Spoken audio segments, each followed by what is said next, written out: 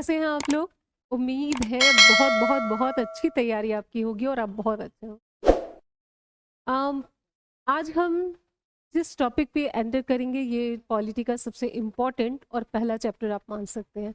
इसमें बेसिकली आप क्या पढ़ते हैं ये हम जानेंगे, हमारे एग्जाम के लिए क्या इम्पोर्टेंट है ये कुछ हम जानेंगे यहाँ पे।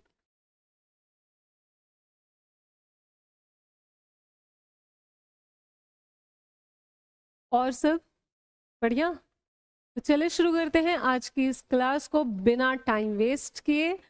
हम और आप क्या कहते हैं ना, कार की सीट बेल्ट बांध ले, उसी तरह से अपनी कुर्सी की सीट बेल्ट बांध ले। अगले 10 से 15 मिनट में हम डिस्कस करेंगे भारतीय संविधान के निर्माण और उससे रिलेटेड एस्पेक्ट के बारे में, जो कुछ एग्जाम में पूछे जाते हैं।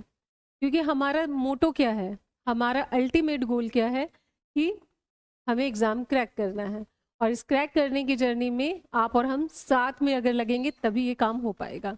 तो उम्मीद है आप बिना पलक झपकाए इस जर्नी को शुरू करें। चलते हैं, आज हम देखते हैं भारत का संविधान। आज हम डिस्कस करने वाले हैं।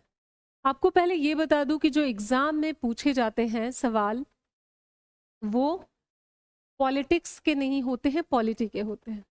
कुछ करंट अफेयर्स को छोड़ के जो सवाल होते हैं वो संविधान जो है, भारत का संविधान, उससे रिलेटेड होता है कि आप अपने ही देश के संविधान के बारे में क्या कुछ जानते हैं एक नागरिक होने के नाते। तो वही बेसिक चीजें जो हैं वो आपसे सवाल के रूप में पूछे जाते हैं। क्लास के लास्ट में हम इससे जुड़े हुए जो एमसीक्यूज है उसे भी हम देखेंगे। शुरू करते हैं। भारत का संविधान, भारत का संविधान क्या है वो आप जानते हैं कि एक किताब है। ये किताब जो आपको दिख रही है ये भारतीय संविधान, इंडियन कॉन्स्टिट्यूशन। हम आज के क्लास में जानेंगे इसका निर्माण कैसे हुआ, इससे जुड़े हुए जितने भी डायमेंशन हैं जो पेपर में पूछे जाते हैं और बार बार पूछे जाते हैं उसके बारे में। तो चलिए शुरू करते हैं भारतीय संविधान के बारे में। भारत का जो ये संविधान है ये बनाया गया था, आपको पता होगा ये अंगीकृत हुआ था, कब हुआ था? 26 नवंबर 1949 में। 26 नवंबर 1949 में ये संविधान बना कैसे और इसे किसने बनाया, ये आपके मन में सवाल उठ रहे होंगे। संविधान जो ये किताब है इसे बनाने वाले लोग कौन थे? तो जब भी आपसे ये पूछा जाए तो आपको बता दूं, संविधान जो है हमारा, भारतीय जो संविधान है इसका निर्माण भारत के संविधान सभा के द्वारा किया गया था। भारतीय संविधान सभा, या केवल संविधान सभा भी आप जान सकते हैं।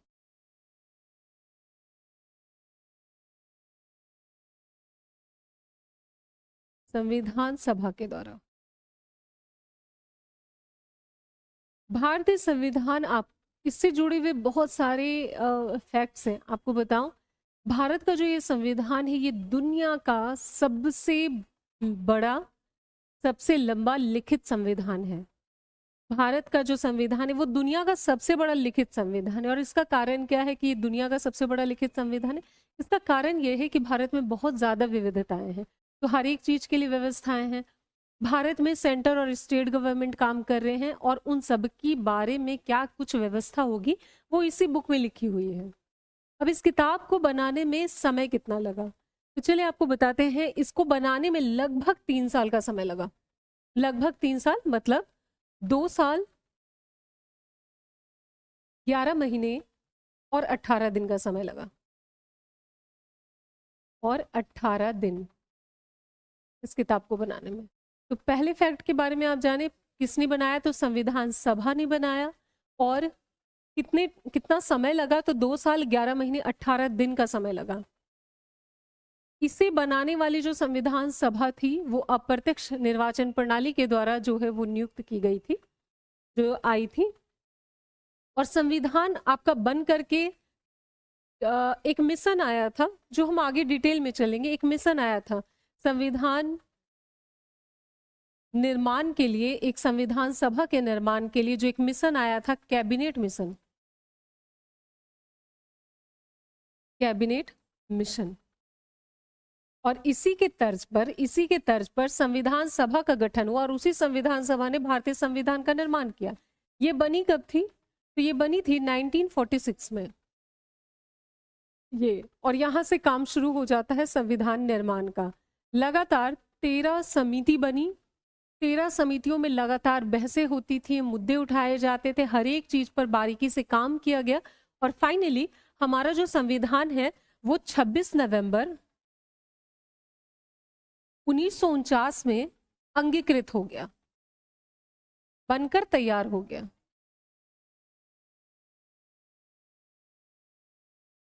अंगीकृत हो गया 26 नवंबर 1949 को ये अंगीकृत हुआ। अंगीकृत का मतलब हमने इसे अपना हिस्सा बना लिया, भारत के संविधान को भारत के लोगों को समर्पित कर लिया गया।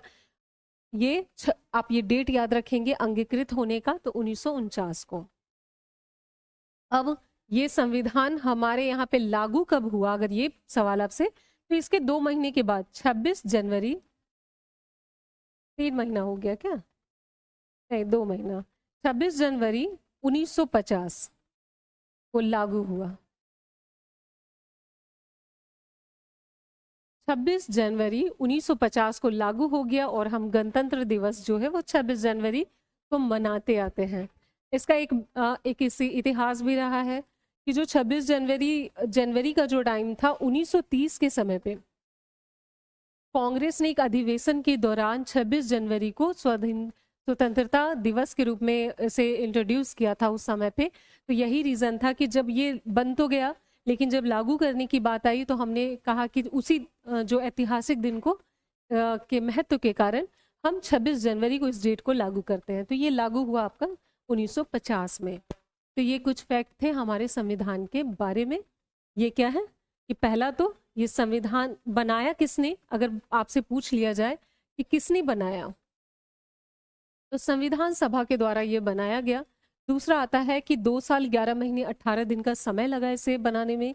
कैबिनेट मिशन 1946 के द्वारा ये बना, सभा बना, और उसने लगातार काम किया, और कब बन के तैयार कर दिया, तो 26 नवंबर 1949 को ये अंगीकृत होता है हमारा संविधान, और 26 जनवरी 1950 को संविधान लागू हो गया। तो ये कुछ बेसिक फैक्ट्स थे जो एग्जाम में भी पूछे जाते हैं। अब हम हमारे ही संविधान की कुछ विशेषताओं की बात करें।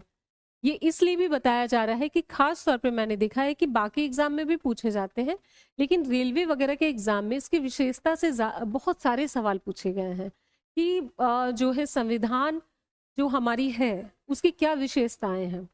तो हम चलते हैं संविधान की विशेषताओं के बारे में।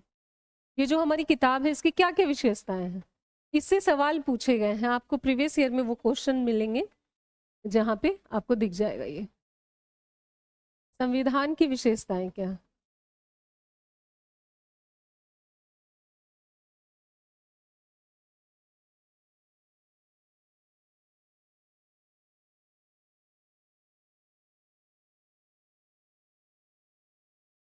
ये जो चीज है बहुत इम्पोर्टेंट है, क्योंकि ये पेपर में पूछे जाते हैं कि भारतीय संविधान अपने अंदर क्या क्या, जो हमारा जो बुक है, बुक कहें तो हमारी जो अंतरात्मा है, भारतीय संविधान जो पूरी व्यवस्था इस पे बनी हुई, इसी पर बेस्ड है। तो ये हमारे देश में जो शासन है उसमें अगर आपसे ये भी सवाल पूछ लिया जाए कि सर्वोच्च स्तर पे क्या है, तब क्या है, सर्वोच्च स्तर पे भारत का संविधान। आप राष्ट्रपति का नाम सुनते हो, आप प्रधानमंत्री, जैसे अभी हमारे वर्तमान प्रधानमंत्री हैं मोदी जी, उन्हें दुनिया का सबसे शक्तिशाली शासक के रूप में जो है एक ख्याति प्राप्त है, उनका नाम लिया जाता है। लेकिन चाहे वो प्रधानमंत्री हो, राष्ट्रपति हो, सुप्रीम कोर्ट के कोई हो, जज हो, या कोई और, या खुद सुप्रीम कोर्ट ही, हमारे यहाँ पे सबसे ज्यादा कहे तो सर्वोच्च स्तर जिसे प्राप्त है तो वो संविधान है। चाहे वो प्रधानमंत्री हो, मुख्यमंत्री हो, राष्ट्रपति हो, उपराष्ट्रपति, सभी जो है वो संविधान के दायरे में काम करेंगे, उससे ऊपर कोई नहीं है। तो हमारे यहाँ पे सर्वोच्च क्या है, तो सर्वोच्च जो है वो है संविधान, इससे ऊपर कोई नहीं है, संविधान से ऊपर कोई नहीं है भारत में। ये सवाल पूछे जाते हैं पेपर में। अब हम इनकी एक एक करके इसकी विशेषताओं की बात करेंगे। जैसे आपको मैंने पहले बताया कि संविधान की विशेषता क्या है, पहली विशेषता क्या है कि ये दुनिया का सबसे लंबा लिखित संविधान है। पहला विशेषता क्या है? लिखित। सबसे बड़ा, विश्व का सबसे बड़ा संविधान है, सबसे बड़ा संविधान। अगर आपसे ये कहा जाए कि पहला लिखित संविधान किस देश का है, तो यूएसए का है, अमेरिका का है। लेकिन सबसे बड़ा लिखित संविधान किसका है? तो वो हमारा संविधान है। अब ये बड़ा कितना, इसमें क्या क्या चीजें हैं आपको बता दूं। सबसे बड़ा होने का कारण इसमें क्या है, देखेंगे आप, इसमें कुल 395, जब शुरू में जब संविधान बना था, ये आर्टिकल है, अनुच्छेद 395 है। इसमें भाग की बात करें तो कुल शुरुआत में 22 भाग थे, और अनुसूची की बात करें, शेड्यूल्स की अनुसूची, तो इसमें कुल जो है वो 8 अनुसूची थी जब संविधान बना था। ये पूछा जाता है पेपर में कि मूल संविधान में कितनी जो है अनुच्छेद थे, कितने भाग थे और अनुसूचियां थी। तो मूल संविधान में जो है वो 395 अनुच्छेद, 22 भाग और 8 अनुसूची थी। समय के साथ संशोधन होता है हमारे संविधान में, और आपको बताऊं इसमें जुड़ता जाता है, जो चीजें जरूरी हो वो जुड़ता जाता है। जैसे बाद में आप जानते हैं पंचायती राज वगैरह जुड़ी। तो अभी का कहें वर्तमान में कितने अनुच्छेद हैं, ये देखिए, अनुच्छेद जो है ना वो बदलता रहता है समय के साथ, उसमें कुछ गड़बड़ होता रहता है ना। तो अभी जो है अनुच्छेदों की संख्या जो है वो कितनी हो गई है? 448। भाग की बात करें, मैं सीधे लिख दे रही हूँ, भाग की बात करूँ 22 था, अभी वर्तमान में 25 हो गया है। और अनुसूची जो है वो 8 + 4 मतलब 4 और जुड़ी, और अभी जो अनुसूची है वो 12 अनुसूची हैं मौजूद। ये पहली विशेषता है, और ये पेपर के लिहाज से भी उतनी ही इंपॉर्टेंट है। ये बातें जो है वो पेपर के लिहाज से भी इंपॉर्टेंट है कि भारत का लिखित संविधान है सबसे बड़ा। इसमें अगर मूल संविधान से सवाल पूछे तो आपको ये इंफॉर्मेशन देना है। मूल संविधान की बात करें तो ये इंफॉर्मेशन आप देंगे, 395 आर्टिकल, भाग 22 और अनुसूची जो है वो 8। अब अगर हम बात करें वर्तमान स्तर की, तो वर्तमान में हमारे यहाँ पे 448 हो चुकी हैं। ये कहीं कहीं पे आपको 445 मिल जाएंगे, कहीं कुछ ज़्यादा। तो इस तरह से वेरिएशन लगभग ये है। अभी भाग है 25 और अनुसूची जो है वो 12 हो गई हैं। तो ये अभी वर्तमान स्थिति में है, बात बाकी ये मूल है। अब अगला जो विशेषता, अगली विशेषता की बात करें, नेक्स्ट विशेषता की हम बात करते हैं। दूसरा क्या है विशेषता? भारत संघीय है। भारत जो है, भारत में शासन का मॉडल जो है वो संघीय शासन व्यवस्था है। तीसरी विशेषता की बात करें तो भारत लोकतांत्रिक है। चौथी विशेषता गणराज्य है।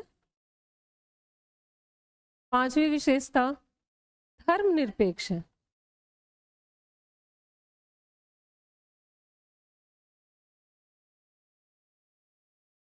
अब देखिए, जब बात की जाती है कि भारत जो है वो यहाँ पे संघीय शासन व्यवस्था जो है वो जारी है। संघीय शासन व्यवस्था का मतलब क्या होता है, ये पेपर में पूछा गया है। संघीय शासन का मतलब होता है शक्ति जो होती है वो अलग अलग हिस्से में बटी हुई होना, ये संघीय शासन है। जैसे भारत में केंद्र सरकार शासन चलाती है और राज्य। तो आपके एग्जामिनेशन में आप देखेंगे कि जहां भी ऑप्शन में ये आए कि संघीय शासन का मतलब क्या है, तो संघीय शासन में जहां पे आपको केंद्र और राज्य के शासन की, दोनों के एक साथ शासन की बात करें, तो वो आपका क्या है? संघीय शासन। ये भारतीय संविधान की एक अहम विशेषता है कि भारत में सेंट्रल गवर्नमेंट भी है और स्टेट गवर्नमेंट भी है। तो ये भारत की एक अहम विशेषता है, तो संघीय शासन। आपको बता दो, भारत में संघात्मक शासन की एक नींव कह सकते हैं कब पड़ी, तो ये था आपका भारत शासन अधिनियम, शासन एक्ट 1935। भारत शासन अधिनियम 1935 में भारत को संघात्मक ढांचा को अपनाया गया। तो ये फैक्ट भी आप याद रखेंगे और ये इंपॉर्टेंट है। चलिए हम आगे बढ़ते हैं। एक क्वेश्चन में पूछा गया है कि लोकतंत्र का क्या मतलब है, कि भारत में लोकतांत्रिक व्यवस्था है, इसका क्या मतलब होगा। तो लोकतंत्र का क्या मतलब है आप बहुत अच्छे से जानते हैं। क्या है लोकतंत्र? लोक कहते हैं ना, लोक लाज, लोक समाज, ये क्या है? दुनिया, लोगों की बात कर रहे हैं ना। और तंत्र, ये सिस्टम, तंत्र मतलब मैकेनिज्म जो है। लोकतंत्र का मतलब होता है कि जहां पे जनता अपने लिए प्रतिनिधि चुनते हैं कि वो उस पर शासन करे, मतलब उनका कामकाज देख ले। तो भारत में यही ना, हम लोग वोट के माध्यम से अपने प्रतिनिधि को, अपने ऊपर शासक को चुनते हैं कि अच्छा ठीक है हमारे लिए डिसीजन आप लेना। तो यही तो है लोकतंत्र। तो ये आपका जवाब होगा। लोकतंत्र का मतलब होता है कि जनता खुद चुनती है अपने प्रतिनिधि को, खुद चुनती है प्रतिनिधि।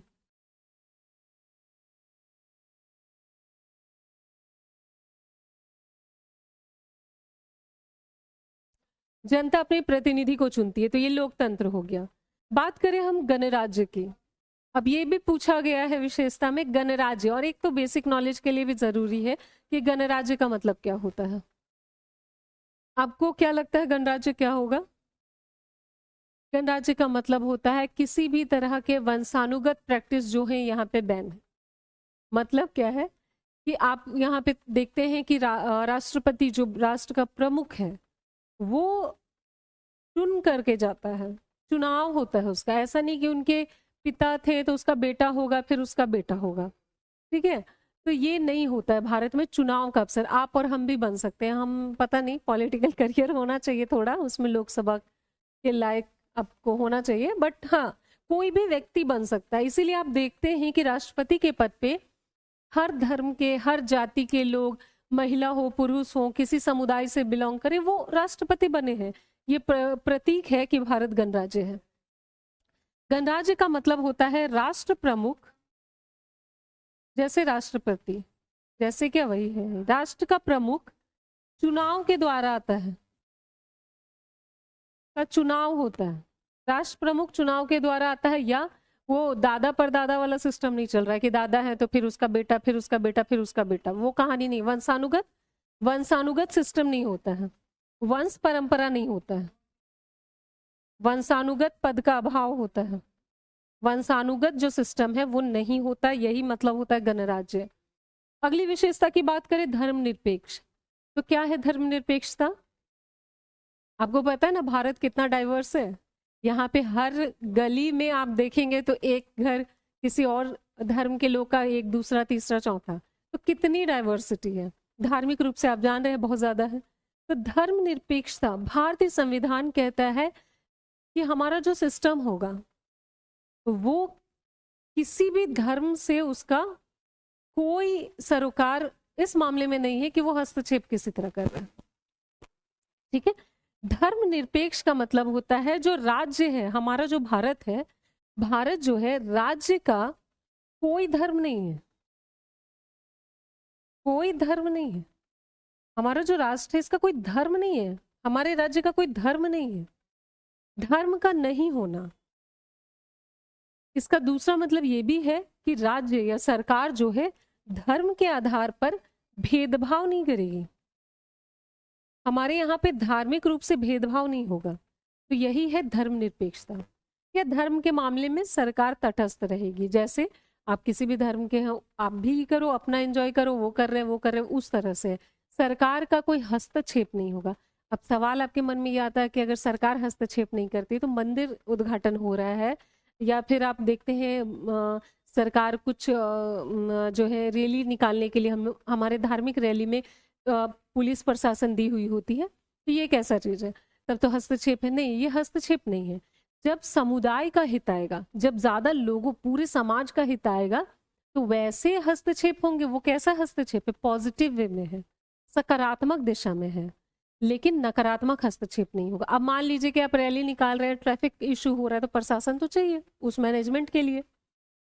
किसी को आप धार्मिक रैलियां निकाल रहे हैं तो किसी दूसरे समाज के या किसी भी व्यक्ति को, दूसरे व्यक्ति को ही आप तकलीफ नहीं पहुंचा सकते ना। वैसे जगहों पे तो हित जो है उस जगह पे तो सरकार हस्तक्षेप करेगी, वैसे मामलों में हस्तक्षेप करेगी। तो ये इसका सकारात्मक होता है, नकारात्मक हस्तक्षेप नहीं करती, ये सकारात्मक दिशा में है। तो धर्म के आधार पे कोई भेदभाव नहीं होगा। इसके अलावा एक छूटा है जो भारतीय संविधान की एक बड़ी विशेषता है, यहाँ पे लिखते हैं।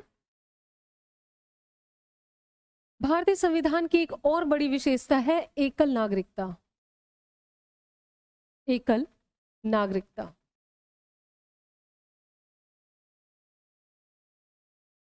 एकल नागरिकता का मतलब क्या है? सिंपल, कि आप भारत के किसी भी कोने में हैं तो आप कौन है, आपकी राष्ट्रीयता या नागरिकता क्या है, आपकी नागरिकता क्या होती है। जब आप फॉर्म फिल करते होंगे तो देखते हैं ना, नागरिकता पूछी जाती है। तो नागरिकता क्या है? हमारी भारतीय है। तो नागरिकता यहाँ पे एकल है। एकल नागरिकता का मतलब है अगर आप इस राज्य से दूसरे राज्य में जा रहे हैं तब भी आप भारतीय हैं, कहीं भी चले जाएं आपका एक ही नागरिकता होगा। राज्य का कोई नागरिकता यहाँ प्राप्त नहीं होता है। आप राज्य के निवासी हो सकते हैं लेकिन उसकी कोई नागरिकता नहीं है। नागरिकता, और क्यों जरूरी था एकल नागरिकता? जरूरी था ना हमारे लिए। हमारे यहाँ विविधता कितनी ज्यादा है। तो कोई बोलेगा कि हम झारखंडी, तो कोई बिहारी, तो कोई यूपी वाले, तो उनकी तो बहुत ज्यादा टकराव की संभावनाएं होती हैं। तो इसीलिए क्या है, नागरिकता जो है वो हमारी वो एकल नागरिकता रखी गई। और ये बहुत खूबसूरत चीज है कि आप भारत के किसी भी कोने में रहो, आप भारतीय हैं। तो ये हमारी एकल नागरिकता। तो कुछ विशेषताएं जो भी इंपॉर्टेंट थी वो मैंने यहाँ डिस्कस की। इसके अलावा भी बहुत सारे आप देखेंगे, छोटे छोटे संप्रभु हैं हम, गणराज्य तो मैंने डिस्कस किया। संप्रभु है उसका मतलब होता है भारत अपने मामले खुद हैंडल करेगा, किसी और के हस्तक्षेप उसमें वो बर्दाश्त नहीं करेगा। तो चले हम अब एक एक करके हम जानते हैं कि आज हमने क्या कुछ सीखा इस टॉपिक में। हमारा टॉपिक था भारत का संविधान। तो हमने जो सीखा, पहले क्या सीखा कि भारत का संविधान बनाया किसने? तो संविधान सभा ने।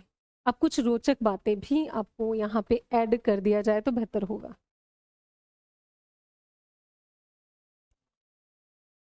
देखिए, पहली बात तो आई ना कि भारत का संविधान बनाया किसने, अगर पूछा जाए किसने बनाया, तो आपको अगर ये ऑप्शन में है संविधान सभा, तो यही आपका आंसर होगा। ये हम ना की पॉइंट्स की बात कर रहे हैं, कुछ एग्जामिनेशन में ना इंटर रिलेटेड चीजें होती हैं उसकी चर्चा कर रहे हैं।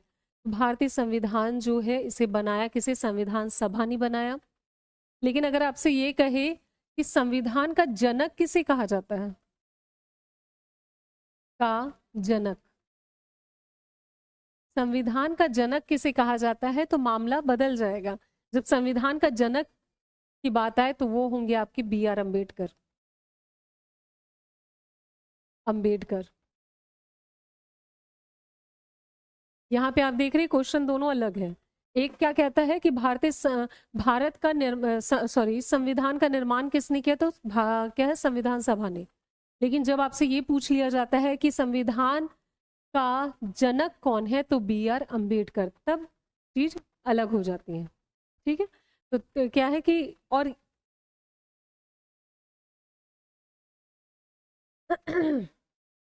और अगर ये कहा जाए, क्योंकि जनक क्यों कहा जाता है ना, इनका कंट्रीब्यूशन भी बहुत ज्यादा था, और साथ ही इन्होंने जो फ्रेमवर्क होता है ना, ढांचा, मान लीजिए फाउंडेशन जो बनाया जाता है एक बिल्डिंग की, उसका जो खाका तैयार करना, उसका जो नक्शा तैयार हुआ था, वो B.R. अम्बेडकर के द्वारा किया गया था। और ये थे प्रारूप समिति के, प्रारूप मतलब वही रूपरेखा जो तैयार की गई थी। मसौदा भी कहते हैं इसे। अब कुछ क्वेश्चन में देखेंगे मसौदा का लिखा जाता है। तो उस समिति के जो ये थे, ये हेड थे, समिति के अध्यक्ष थे, और इन्होंने ढांचा तैयार किया। और यही रीजन था कि इन्हें कहा जाता है भारतीय संविधान का जनक। तो ये कुछ चीजें आप याद रखेंगे। भारतीय संविधान, ये संविधान सभा जो है वो किस मिशन के द्वारा बनी, इसका ऐतिहासिक पृष्ठभूमि क्या था, तो कैबिनेट मिशन, कैबिनेट मिशन के द्वारा ये बनाई गई। मिशन के कितना टाइम लग गया, तो आपको बताया मैंने 2 साल, लगभग 3 साल आप ओवरऑल याद रखेंगे कि लगभग 3 साल, मतलब ऐसे आप याद रख सकते 12 दिन कम 3 साल, 2 साल 11 महीने 18 दिन, या आप ऐसे याद रखें कि 12 दिन कम 3 साल। कि ये थोड़ा इजी पड़ जाएगा। तो 3 साल का लगभग समय लग गया था और कई समितियां लगातार बहसों के द्वारा इसका निर्माण हुआ। तो ये हो गया आपका फैक्ट। अब हम बात करें कि भारतीय संविधान की विशेषताएं क्या क्या हैं। तो भारतीय संविधान की आप पहली विशेषता देखते हैं कि भारत में क्या था, ये दुनिया का सबसे लंबा लिखित संविधान है और इसमें 395 मूल संविधान में 395 आर्टिकल, 22 भाग और 8 अनुसूची थी। जब फिर बाद में संशोधन हो गया और उसको विस्तार किया गया, तो अब वर्तमान में बात करें तो 448 जो है वो आपके अनुच्छेद हैं। इसके अलावा 25 भाग हो गए हैं और 12 अनुसूची हो गई है। तो ये था लिखित संविधान, दुनिया का सबसे बड़ा। दूसरी बात करें तो संघीय ढांचा है यहाँ पे। संघीय ढांचा का मतलब क्या होता है कि सेंट्रल और स्टेट गवर्नमेंट के बीच शक्ति का बंटवारा किया गया है। तो ये संघात्मक ढांचा है। ये किस जो है एक्ट से लिया गया था, कहाँ से, मतलब ये इसका नींव पड़ा, तो भारत शासन अधिनियम 1935 से इसका नींव पड़ा। आगे हम अगर बात करें, इसके बाद जब हम बात करते हैं, एक और फैक्ट छूट रहा है, उससे मैं यहाँ मेंशन कर लूँ। भारत में सरकार का रूप कैसा है? सरकार जो है कैसी सरकार है? तो यहाँ पे संसदीय सरकार है। संसद में देखते हैं, संसद का नाम तो आपने सुन रखा होगा। संसद में ये हो गया, संसद में हल्ला हो गया, संसद में ये कभी पट्टी वट्टी बांध के लोग विरोध कर रहे हैं। तो संसद में तो कैसी सरकार है? तो संसदीय सरकार है। तो ये हो गया, संसदीय सरकार का रूप जो है वो संसदीय है। तीसरा हम बात करें, लोकतांत्रिक है भारत। लोकतंत्र का मतलब होता है लोगों के हाथ में सिस्टम का होना। लोग अपने हाथों से वोट करके, हम लोग अभी वोट करके चुनते हैं ना अपने प्रतिनिधि, तो वही हो गया कि जनता द्वारा चुना हुआ प्रतिनिधि उनके ऊपर, हमारे ऊपर शासन करता है। मतलब हम खुद अपनी पसंद के लोगों को चुनते हैं कि मेरे लिए निर्णय लो। नेक्स्ट आता है गणराज्य। गणराज्य का मतलब होता है कि बपौती जो संपत्ति होता है ना, पीढ़ी दर पीढ़ी मिल रहा, उस तरह का सिस्टम नहीं होगा। जो योग्य होगा उस पद के, वही उसको प्राप्त करेगा। ये है हमारा गणराज्य। मतलब कि राष्ट्र का जो सबसे बड़ा पद अगर कहें, राष्ट्रपति का, राष्ट्र प्रमुख का पद जो है, राष्ट्रपति जैसे पद जो है, उसमें भी चुनाव होता है, बल्कि चुनाव होता है, ना कि दादा परदादा वाला सिस्टम चलता है। वंशानुगत सिस्टम यहाँ पे नहीं चलता है। नेक्स्ट हम बात करें हमारा धर्मनिरपेक्षता। ये बहुत खूबसूरत चीज है हमारे संविधान की, जो इसे कह सकते हैं कि इतने जटिल स्ट्रक्चर, भारत के इतने जटिल स्ट्रक्चर, जहाँ पे कितने ना धर्म है, कितनी रीति रिवाज है, कितने तरह की चीजें हैं, वहाँ पे सर्वाइवल देता है। और खुशहाली से लोग होली भी मना रहे, ईद भी मना रहे, क्रिसमस भी मना रहे। तो ये प्रोवाइड कराता है। धर्मनिरपेक्ष है भारत, किसी धर्म विशेष पर आधारित नहीं है। कोई भारत का कोई धर्म नहीं है, राज्य का कोई धर्म नहीं है। धर्म यहाँ पे लोगों का है।